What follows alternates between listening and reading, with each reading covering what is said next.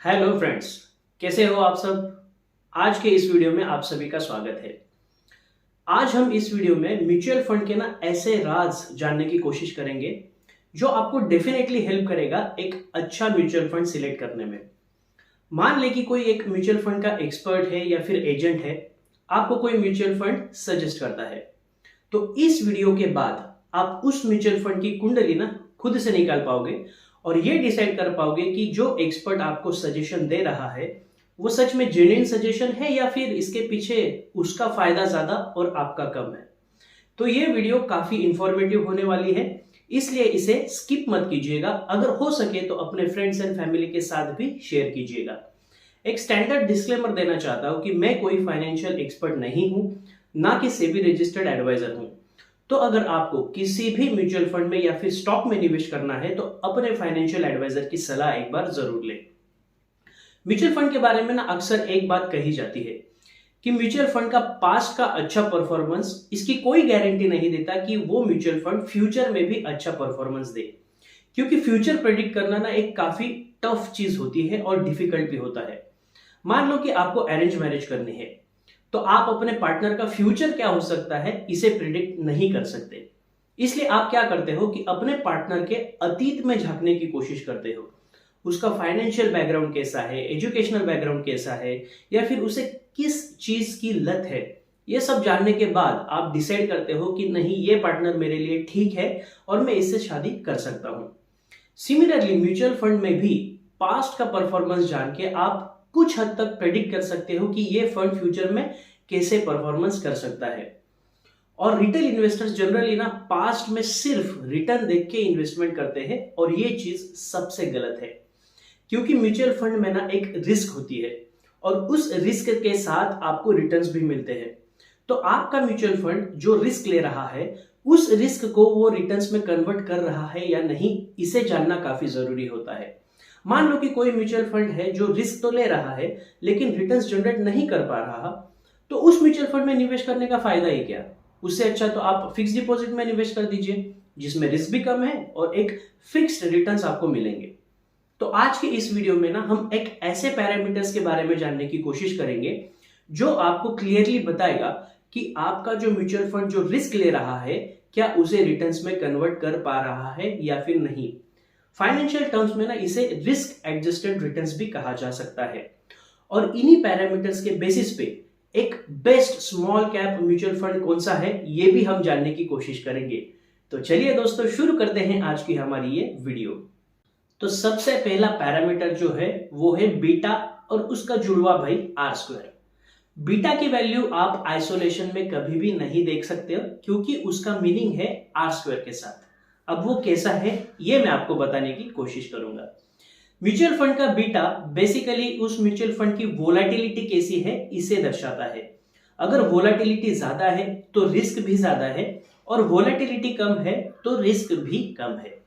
कोई भी mutual fund जो है अपने रिटर्न्स अपने बेंचमार्क के साथ कंपेयर करने की कोशिश करता है, तो जो बेंचमार्क होता है उसकी बीटा वैल्यू हमेशा से 1 रहेगी। अब मान लेते हैं कि आपका म्यूचुअल फंड जो है उसकी बीटा वैल्यू है 0.70, तो जब जब बेंचमार्क 1% से बढ़ेगा तो आपका म्यूचुअल फंड का जो एनएवी है वो 0.7% से बढ़ेगा, और जब जब बेंचमार्क 1% से घटेगा तो आपके म्यूचुअल फंड की जो एनएवी है वो 0.7% से ही घटेगी। इसका मतलब क्या कि अगर म्यूचुअल फंड की वैल्यू बीटा की 1 से कम है तो वो कम वोलाटाइल है। सिमिलरली अगर बीटा की वैल्यू 1 से ज्यादा है तो वो ज्यादा वोलाटाइल है as compare to its benchmark. लेकिन इसका आर स्क्वायर के साथ क्या रिलेशन है ये मैं आपको बताने की कोशिश करूंगा। कोई भी म्यूचुअल फंड है उसका बेंचमार्क और उसका कोरिलेशन स्ट्रॉन्ग है या फिर वीक है, ये आप आर स्क्वायर से जान सकते हो। अब जैसे कि एग्जांपल के तौर पे इंडेक्स फंड है जो कि प्रॉपरली कोई इंडेक्स को रेप्लिकेट करता है, तो इंडेक्स फंड का जो आर स्क्वायर वैल्यू रहेगा वो 100 रहेगा। आर स्क्वायर की जो वैल्यू होती है वो बेसिकली 0 से लेके 100 तक होती है।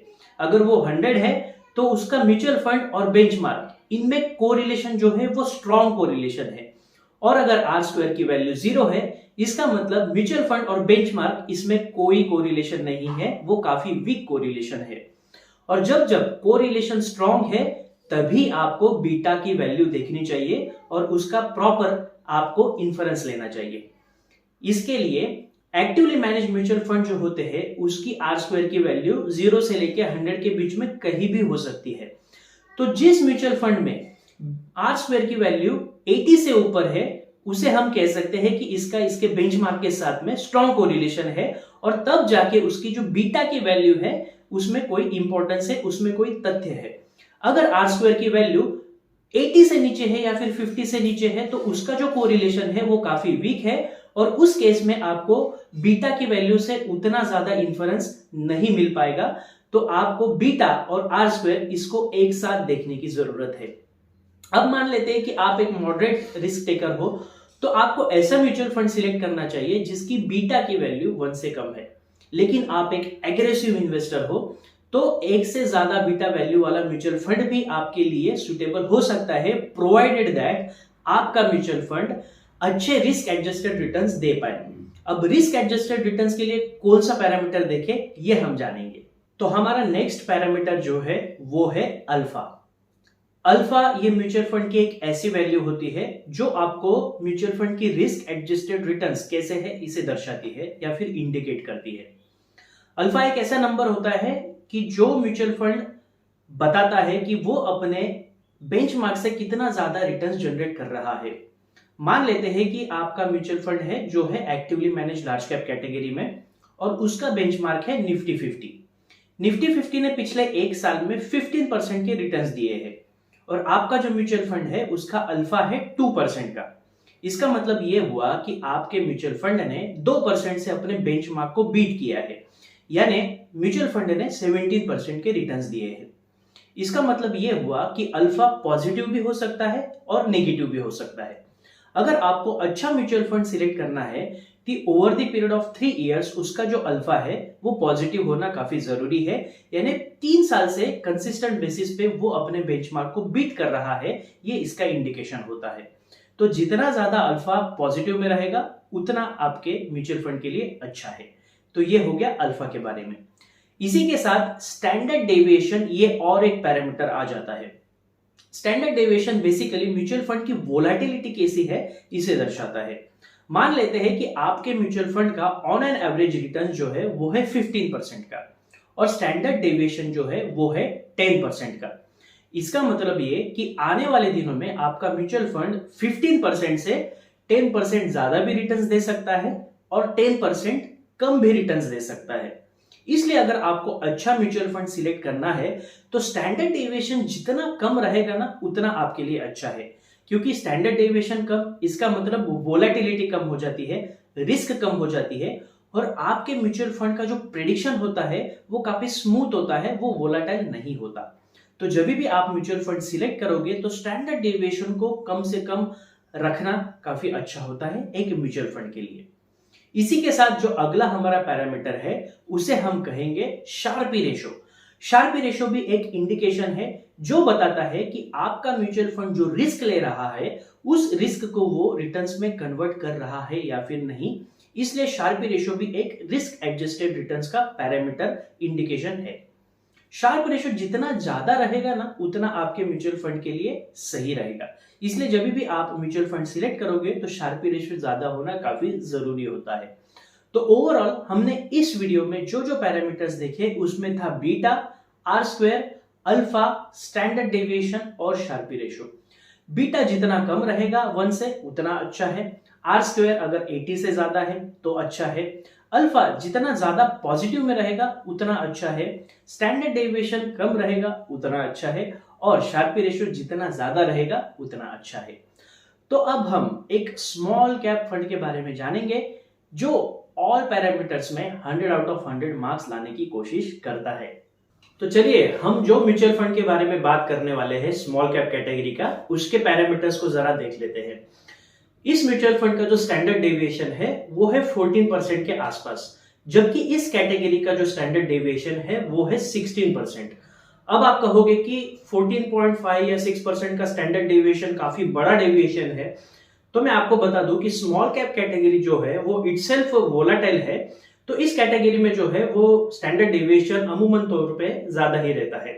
लेकिन इस म्यूचुअल फंड ने अपने जो कॉम्पिटिटर है या फिर पियर्स है उनसे वोलेटिलिटी काफी कम रखी है और इसलिए ये म्यूचुअल फंड इस पैरामीटर पे एक सक्सेसफुल म्यूचुअल फंड कहा जा सकता है। अब हम बात करेंगे अल्फा की। कैटेगरी एवरेज जो है अल्फा का वो है 0.4% का, 4.6% का, लेकिन इस म्यूचुअल फंड का जो अल्फा है वो है वुपिंग 8% से भी ज्यादा।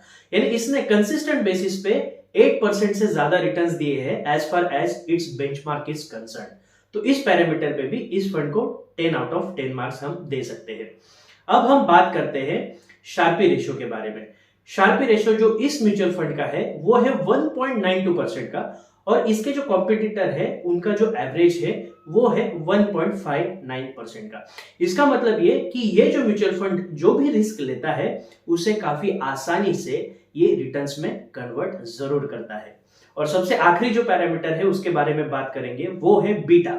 तो कैटेगरी एवरेज है बीटा 0.8%, लेकिन इस म्यूचुअल फंड का बीटा जो है वो है 0.73%।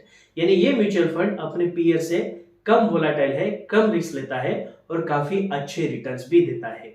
और इस म्यूचुअल फंड का नाम है Kotak small cap mutual fund. तो आप में से कितने लोगों ने कोटक स्मॉल कैप फंड में निवेश किया है प्लीज कमेंट सेक्शन में लिखिएगा। अगर ये वीडियो आपको पसंद आया है तो प्लीज लाइक एंड सब्सक्राइब करना मत भूलिएगा। हम फिर मिलेंगे एक नई वीडियो के साथ, तब तक के लिए bye bye and have a nice day.